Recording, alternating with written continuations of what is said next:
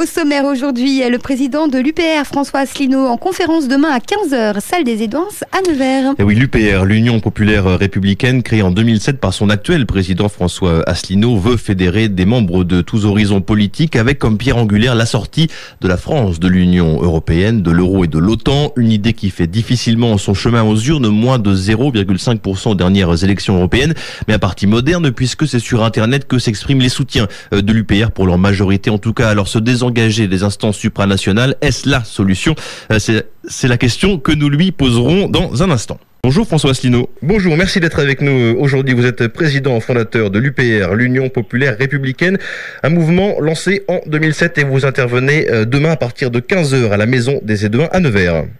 Voilà, c'est exact. Toujours au programme de l'UPR, sortir la France de l'Union européenne, de l'euro et de l'OTAN. C'est à contre-courant des mouvances politiques, disons, traditionnelles ou en tout cas majeures de notre pays. Qu'est-ce qui vous donne la conviction, François Asselineau, que c'est la solution pour la France et pour les Français? Écoutez, nous n'avons pas le temps, en quelques minutes, de répondre à des sujets aussi graves de façon approfondie. C'est la raison pour laquelle je crois que les personnes intéressées seraient bienvenues à ma conférence de Nevers. Je dirais que, en quelques mots, tout le monde voit bien que ça ne marche pas.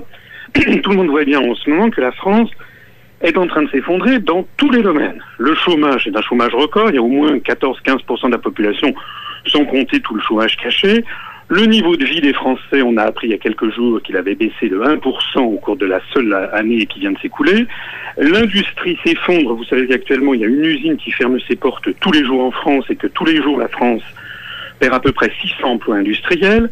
Les recettes publiques s'effondrent, le déficit public ne fait qu'augmenter, le déficit commercial bat des records historiques, et puis en matière internationale, ce n'est pas moi qui le dis, c'est l'ancien conseiller de M. Hollande, Aquilino Morel, qui l'a dit il y a quelques jours.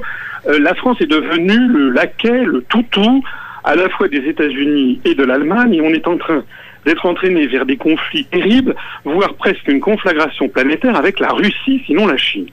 Alors, le problème qui se pose, c'est que ce constat qui est calamiteux n'est pas spécifique à la France. C'est pas spécifique à la gestion de Sarkozy ou de Hollande. On retrouve ce constat à peu près partout dans tous les autres pays de l'Union européenne. Et au même moment, on constate que les pays d'Europe qui ne sont pas entrés dans l'Union européenne se portent beaucoup mieux que la France. Je pense à la Norvège ou à la Suisse. Et même parmi ceux qui sont entrés dans l'Union européenne, ceux qui ont refusé l'euro, c'est-à-dire la Suède, le Danemark, le Royaume-Uni, la République tchèque, la Pologne, se portent quand même nettement mieux que ceux qui ont accepté l'euro. Alors, ce que nous disons, c'est qu'il doit y avoir un vrai débat de fond. Ce qui n'est pas acceptable, c'est la présentation qui est faite dans les médias de très grande diffusion. Je ne parle pas de vous me donnez la parole. Mais je parle de TF1, de France 2, de France Inter, d'Europe 1, de RTL, du Monde, du Figaro. Ce qui n'est plus acceptable, c'est que les médias de grande diffusion font comme si les européistes, les partisans de l'Europe, avaient le monopole de l'intelligence et de la vision à long terme. Comme si les problèmes qu'on rencontre maintenant depuis 57 ans, depuis le traité de Rome, et depuis 22 ans, depuis le traité de Maastricht, comme si c'était des pécadilles, et qu'en fait, sur long terme, on gagnerait. Eh bien non, maintenant on peut juger sur le long terme.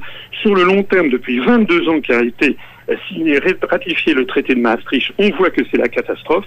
Nous voulons en débattre, et le débat en France sur les médias de grande diffusion est quasiment interdit. Plus exactement, il est kidnappé, si j'ose dire, par le Front National, puisque si vous dites que vous voulez sortir de l'Union européenne et de l'euro, on vous dit aussitôt « Ah, vous êtes d'extrême droite ». Voilà. Donc, comme s'il n'y avait pas possibilité de vouloir sortir de l'Union européenne et de l'euro sans par ailleurs dire les insanités et les dérapages de la SARL Le Pen. Eh bien non, nous disons non, notre mouvement est un mouvement de large rassemblement, de droite, du centre, de gauche, pour rappeler les Français à reprendre leur souveraineté et à regarder les choses en face. Et moi je suis prêt à débattre avec qui le voudra bien. J'ai quelques comment dirais-je, compétences à faire valoir. J'ai été dans des cabinets ministériels, je suis haut fonctionnaire, je connais quand même bien les sujets dont je parle. Alors qu'est-ce que cela veut dire? Est-ce que ça veut dire que les européistes et les constructeurs de l'Europe aussi, ce que l'on a appris à l'école, en primaire, ils se sont trompés? C'est ça que ça veut dire dans cette vision de fédérer des pays européens ensemble pour qu'ils deviennent une puissance économique, pour libéraliser les échanges économiques et pour ouvrir les frontières? C'est une erreur de leur part? Oui, c'est une erreur. C'est une erreur, ça arrive dans l'histoire des hommes. La construction du socialisme, ça a duré 74 ans. Eh bien, c'était une erreur. Et pendant 74 ans, Les partisans de la construction du socialisme nous ont expliqué que ça allait apporter le bonheur, la croissance, le plein emploi, etc., etc. On assistait à tout le contraire. On assistait à un effondrement économique, à une dictature qui s'installait partout, parce que comme les résultats n'étaient pas à la hauteur des promesses, il fallait faire taire les critiques. Et puis finalement, ça se terminait par quoi? Les gens finissaient par boire, par se droguer ou par vouloir émigrer. Eh bien, la construction européenne, ça ne repose pas sur les mêmes présupposés économiques, bien entendu, mais c'est la même chose. Quand vous voulez imposer de force une utopie à des peuples qui n'en veulent pas, parce que ça n'est pas possible, on aboutit toujours au même résultat. Vous voyez qu'actuellement, l'Union européenne est en train de se transformer depuis maintenant 10 à 15 ans. C'est la zone de plus faible croissance mondiale, et vous voyez partout, regardez pas seulement en France, en Espagne, au Portugal, en Italie, en Grèce, etc., eh bien les Français, les jeunes notamment, versent dans le désespoir. Ce qui se développe, c'est la consommation d'anxiolytiques, la consommation des drogues, puis les gens veulent partir. Voilà, nous en sommes à peu près dans la fin de l'URSS brejnevienne. C'est l'Union européenne telle qu'elle est. Il faut maintenant qu'on ait un vrai débat. D'ailleurs, ce que je dis, ce n'est pas une folie. Regardez ce qui se passe dans les pays scandinaves ou bien au Royaume-Uni. Au Royaume-Uni, ce sont des dirigeants du gouvernement actuel, notamment le ministre des Affaires étrangères, M. Hammond, ou l'ancien ministre de l'Éducation, et qui sont les premiers à dire qu'il faut que le Royaume-Uni sorte de l'Union européenne. L'ancien ministre des Finances de Margaret Thatcher, qui est à la retraite maintenant, a dit la même chose. Alors ça veut dire qu'il y a un débat qui est autorisé, qui est possible dans d'autres pays d'Europe. Nous devons avoir ce débat. Je me fais fort d'avoir un débat et puis d'entrer dans le détail. Parce que bien entendu, vous savez, les Français, on leur a dit, comme vous l'avez dit très justement, depuis le début, depuis qu'ils sont petits, on leur dit que c'est formidable la construction européenne. Donc quand on vient leur dire qu'il y a des choses qu'ils ne savent pas, et voilà pourquoi ça ne marche pas, évidemment, ça n'est pas agréable. Mais vous savez, il y a un proverbe chinois que j'aime bien citer, et qui dit « Les choses les plus pénibles à apprendre sont celles qu'on a le plus intérêt à savoir ». Alors, on parlait des partis politiques tout à l'heure. Ceux qui sont au pouvoir, les grands décideurs, c'est-à-dire les ministres, c'est-à-dire les chefs d'État, sortent tous de l'ENA. Vous avez fait l'ENA également. Est-ce que ça veut dire qu'on y est mal formé, qu'on n'est pas prêt à redresser le pays dans cette école d'administration? Alors, je ne suis pas là pour défendre les énarques. Je suis effectivement un ancien élève de l'ENA, mais je me permets de signaler que votre affirmation mérite d'être singulièrement nuancée. Monsieur Sarkozy n'est pas énarque. Effectivement. Bon, mais enfin bon, pour Thévenoud, qui vient de défrayer la chronique. Pour une grande partie, ils le sont. Et Monsieur Thévenoud était secrétaire d'État. Oui, mais Monsieur Thévenoud n'était pas énarque. Monsieur Cahuzac n'était pas énarque. Donc, si vous voulez, on peut trouver des quantités d'autres exemples. Et puis, j'ajouterai autre chose. C'est qu'encore une fois, le problème de la France, je l'ai dit tout à l'heure, n'est pas seulement le problème de la France. Vous n'avez pas d'énarques qui dirigent la Grèce. Vous n'avez pas d'énarques qui dirigent l'Italie, l'Espagne, le Portugal, l'Irlande, etc. Donc, si dans tous les pays d'Europe se pose le même problème, avec des degrés plus ou moins différents, puisque là, il faudrait entrer dans les détails techniques, ce que je ferai d'ailleurs lors de cette conférence de demain à Nevers. Bien entendu, la cherté de l'euro actuelle pénalise bien davantage les pays du sud de l'Europe que les pays du nord. Mais vous savez, même en Allemagne, la situation est loin d'être brillante. Et puis j'allais dire au niveau de la Commission européenne, puisque c'est eux les vrais dirigeants, c'est la Commission européenne et puis c'est les élites euro-atlantistes, c'est Washington, Bruxelles, ce sont les commissaires européens. Là-dedans, vous n'avez quasiment pas d'énarques. Vous n'en avez qu'un seul, c'est M. Moscovici. Donc arrêtons de faire ce procès de l'ENA. Je ne suis pas là, encore une fois, pour le défendre. Je dis simplement que c'est un procès myope. Il faut voir plus loin. Ceux qui détiennent le pouvoir, ce ne sont pas les marionnettes que l'on présente aux Français. D'ailleurs, beaucoup de Français commencent à le comprendre. Tout le monde a bien compris que M. Hollande, en fait, n'a pas à peu près pris sur rien. C'est un bouchon de liège sur l'océan. Bon, ça c'est votre point de vue. Bon, pourtant, l'UPR n'a pas mobilisé les foules aux urnes, notamment lors du dernier scrutin européen, moins de 0,5%. Comment est-ce que vous avez accueilli ce résultat? Est-ce que c'est un désaveu? Et quel était votre objectif pour ces élections? Écoutez, je pense que nous avons rempli notre objectif. Je ne vais pas dire, bien entendu, que le score que nous avons fait est un score admirable, mais ça n'est pas du tout un mauvais score, puisque les gens ne nous connaissent pas. Comment voulez-vous que les Français votent pour l'UPR, puisque l'UPR ne passe jamais nulle part, sauf dans les médias locaux comme le vôtre, que je remercie encore. Nous ne sommes jamais passés sur TF1, sur France 2, sur France 3, on vous a vu sur France Inter, sur Europe 1, sur RTL, sur RMC. On ne passe jamais nulle part. On vous a vu sur France 2 tout de même dans Envoyé spécial où vous dénonciez par exemple votre non-représentativité sur Wikipédia. Oui, mais ça c'était un truc très ancien, c'était il y a 3 ans. Effectivement, c'était une émission où on m'avait présenté d'une façon d'ailleurs un petit peu ironique. Ça n'a aucun intérêt en définitive. Ce qui est vrai, c'est d'ailleurs assez curieux, c'est que Wikipédia France m'interdit d'avoir une fiche, alors que je rappelle qu'aux élections européennes, j'y reviens quand même. Certes, nous avons fait un score qui est un peu inférieur à 0,5%, mais c'est à la surprise générale. Nous avons été présents dans les 8 circonscriptions interrégionales. Et nous avons fait davantage de voix que le NPA de M. Besancenot, dont on entend parler sur absolument tous les médias. Donc la question qui se pose et que vos auditeurs devraient se poser, ça devrait leur mettre la puce à l'oreille. Comment se fait-il qu'un mouvement politique comme le nôtre, qui est réputé maintenant sur la scène politique, il y a beaucoup de gens qui nous suivent, hein.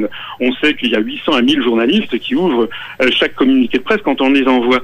Comment se fait-il qu'un mouvement comme le nôtre, qui est réputé pour ça, la qualité de ses analyses, l'irréfutabilité de ses analyses, je conseille aux auditeurs d'aller sur notre site upr.fr ou sur notre page Facebook, ils verront que nous avons des quantités d'analyses. J'ai des vidéos qui ont été vues plus de 150 000 fois, notamment une vidéo sur la conférence que je vais présenter demain à Nevers. Comment se fait-il que notre mouvement politique soit interdit de Wikipédia, soit interdit de passer dans les médias de grande diffusion? Ça devrait mettre la puce à l'oreille de vos auditeurs. Ça veut dire que nous apportons des questions, des raisonnements, des informations qui sont de la plus haute importance et que les dirigeants qui pilotent toute l'opération ne souhaitent surtout pas que les Français souhaitent informer. Une conférence donc à Nevers samedi, 10 raisons qui nous imposent de sortir de l'Europe. Quels pourraient être selon vous les sujets qui vont particulièrement intéresser les Neversois et les Nivernais également? Écoutez, moi j'ai des attaches familiales dans la Nièvre, c'est un département rural que je connais bien et que j'aime beaucoup. Je vais vous dire que les Nivernais et les habitants de la Nièvre sont des Nivernais, certes, mais ce sont aussi des Français comme les autres. Donc, ce qui va peut-être plus... Ils ont des préoccupations particulières. Voilà, ils ont peut-être plus de préoccupations, notamment en matière agricole. Donc, je leur montrerai comment l'agriculture est en train d'être détruite par l'Union européenne. J'en profite d'ailleurs au passage pour signaler aux auditeurs que l'Union européenne ne nous donne jamais d'argent. C'est notre argent qu'elle nous restitue en prélevant. Quand on dit oui, les agriculteurs bénéficient de la politique agricole commune, il faut savoir que chaque année, la France, avec nos impôts, verse en gros 21 milliards d'euros à la Commission, et que la Commission nous en restitue 14 milliards en mettant le drapeau bleu aux étoiles d'or. Et elle en garde 7. Donc c'est une arnaque. Où partent ces 7 milliards justement? Où partent ces 7 milliards d'euros? Ces 7 milliards partent notamment à financer les frais de structure colossaux de la Commission européenne, du Parlement européen, de la Commission, des milliers de fonctionnaires qu'il y a à Bruxelles. Ils ont quand même 73 bâtiments à Bruxelles. Mais ça sert aussi à faire, les 7 milliards à faire des opérations de transfert financier pour soutenir les pays de l'Est, par exemple, et ce sont les fonds dits de mise à niveau. Donc en réalité, nous subventionnons beaucoup de pays de l'Est, d'ailleurs pour qu'ils nous concurrencent, pour qu'en particulier ensuite, ils récupèrent un certain nombre de nos industries qui se délocalisent, je pense à la Slovaquie, la Roumanie, la Bulgarie et autres. Donc, ce que je dirais aux Nivernais, je leur montrerai comment fonctionne l'agriculture, mais je leur parlerai aussi de l'industrie et des emplois, de la santé, des services publics, parce que les services publics sont en train d'être démolis, vous le savez, par l'Union européenne, de notre niveau de vie, on en parlait tout à l'heure, de nos retraites. Tout ceci, toutes les décisions, vous savez, qui sont prises par Sarkozy, puis par Hollande, les Français sont complètement désespérés parce que quand ils votent à droite ou quand ils votent à gauche, ils ont la même politique. Mais qu'est-ce qui nous prouve que dans l'UPR, cela va changer ? Eh bien parce que... Puisque c'est le même discours, parce que voilà, c'est le même discours tenu par les partis politiques majeurs, c'est nous allons apporter du changement. Qu'est-ce qui prouve ? Oui, mais eux, ils prétendent apporter du changement sans jamais rien changer. Ce que nous disons, c'est que la France, elle est ligotée. C'est d'ailleurs l'objet même de cette conférence que je fais à Nevers, à la Maison des Éduins à 15h demain. C'est que j'explique aux auditeurs, voilà les articles, les uns après les autres, les articles des traités qui nous ligotent. Vous comprenez ? La politique en matière de retraite, c'est exigé par Bruxelles. La politique en matière de Banque Centrale Européenne, c'est exigé par les traités. La politique en matière internationale, le fait que la France soit devenue le larbin de l'OTAN, qu'on soit entraîné dans une guerre avec la Russie, c'est exigé par l'article 42 du traité sur l'Union européenne. Donc ce qui nous distingue, nous, de tous les autres partis politiques, c'est qu'on ne prend pas les Français pour des imbéciles, on les prend pour des gens intelligents et qui ont besoin de connaître et de savoir. C'est d'ailleurs pour ça que notre mouvement connaît un très vif succès. On va bientôt atteindre les 6000 adhérents, parce que les gens qui nous découvrent, alors c'est vrai que c'est pas facile de nous découvrir puisqu'on ne passe jamais sur les médias de grande diffusion, mais lorsque les gens nous découvrent et qu'ils commencent à voir les conférences, à lire les analyses, ils se disent tiens, mais là je découvre des tas de choses qu'on m'avait pas dites. Et donc nous, ce qui nous permet à nous de dire qu'on va changer les choses, c'est que la première chose que l'on va faire, c'est qu'on sortira de l'Union européenne. Il y a un article qui s'appelle l'article 50 du traité de l'Union européenne qui permet d'en sortir. On peut très bien sortir de l'euro, là aussi je l'explique dans d'autres conférences, les monnaies plurinationales ont toujours fini par exploser dans l'histoire, les dernières en date ça a été le rouble soviétique, le dinar yougoslave, etc. Donc il est beaucoup plus facile de sortir d'une monnaie plurinationale que d'y entrer, donc on explique qu'on peut faire ça de façon sereine, juridique, l'article 50 du traité de l'Union européenne. Et à partir de ce moment-là, je ne dis pas que par miracle tout va redevenir formidable, mais je veux dire qu'à partir de ce moment-là, on va récupérer les leviers de pouvoir. On va pouvoir enfin décider d'une politique conforme aux intérêts de la France et des Français, conforme aux intérêts de ces commerçants, de ces artisans, de ces entreprises qui ne peuvent pas être actuellement, c'est très simple, hein, si on continue comme ça, dans 20 ans, la France sera devenue un musée. Voilà. Parce que nous ne pouvons pas, même en diminuant drastiquement les charges sociales, nous ne pourrons pas être concurrentiels, excusez-moi, vis-à-vis de 3 milliards d'habitants qui habitent en Asie du Sud-Est, en Inde, en Chine, etc. Il faut donc faire autrement. Une question d'actualité, François Asselineau, une actualité fortement politisée ces dernières semaines avec la démission du gouvernement Valls, puis la constitution d'une nouvelle équipe le lendemain, le vote de confiance au gouvernement mardi. Quel a été votre regard sur cette situation? Je rappelle, et vous l'avez rappelé, que vous avez fréquenté les cabinets ministériels, directeur de cabinet de Françoise de Panafieux 95, ministre du Tourisme, chargé de mission auprès du ministre des Affaires étrangères, Hervé de Charette en 1996. Voilà, bon, on est au 4e gouvernement. Quel a été votre regard là-dessus? Est-ce que c'était nécessaire de présenter une démission? La démission de Valls, écoutez, moi je trouve, je vais vous dire de toute façon, c'est un peu un épiphénomène. Tout ça est pathétique. Le problème de base, c'est que M. Hollande s'est fait élire, je pèse mes mots, sur une escroquerie. Il s'est fait élire en promettant aux Français, ou aux électeurs notamment de gauche, que son ennemi c'était la finance. Bon. On s'est fait élire sur une volonté, avec le discours de M. Montebourg, qu'on allait voir ce qu'on allait voir, qu'il allait renégocier le TSCG, qu'il allait taper du poing sur la table vis-à-vis de Mme Merkel et autres. En réalité, il n'a même pas fait semblant de le faire. Voilà. C'est-à-dire qu'à peine élu, il a immédiatement considéré que les promesses qu'il avait faites lors de la campagne étaient nulles et non avenues. Il s'est plié, c'est pas moi qui le dis, je le disais tout à l'heure, c'est Aquilino Morel, mais M. Montebourg l'a dit. M. Montebourg vient quand même de sortir un livre pour dire que M. Hollande ment tout le temps. Oui, les livres sortent beaucoup.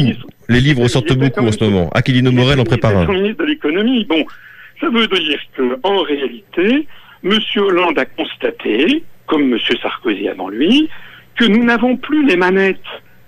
Nous élisons maintenant une marionnette. Le président de la République, et si demain on élisait Pierre, Paul ou Jacques, toute personne, tout chef de l'État restant dans le cadre de l'Europe actuelle, serait quelqu'un qui serait une marionnette. C'est d'ailleurs ce que Charles de Gaulle disait dans les années 60 en parlant des Américains, que en fait il s'agit d'un procédé de colonisation de l'Europe par les forces atlantistes, et que nous avons maintenant des espèces de gouverneurs, le gouverneur de la province France, qui obéit aux directives de l'OTAN, de Washington et de Berlin, pour appliquer des directives qui échappent totalement aux Français. Alors évidemment, les Français sont absolument furieux. Vous avez vu les sondages, on n'a jamais vu des sondages aussi terribles pour un président de la République. Je ne sais pas comment il va faire pour terminer son mandat, mais le problème de base, c'est que d'emblée, il a menti aux Français.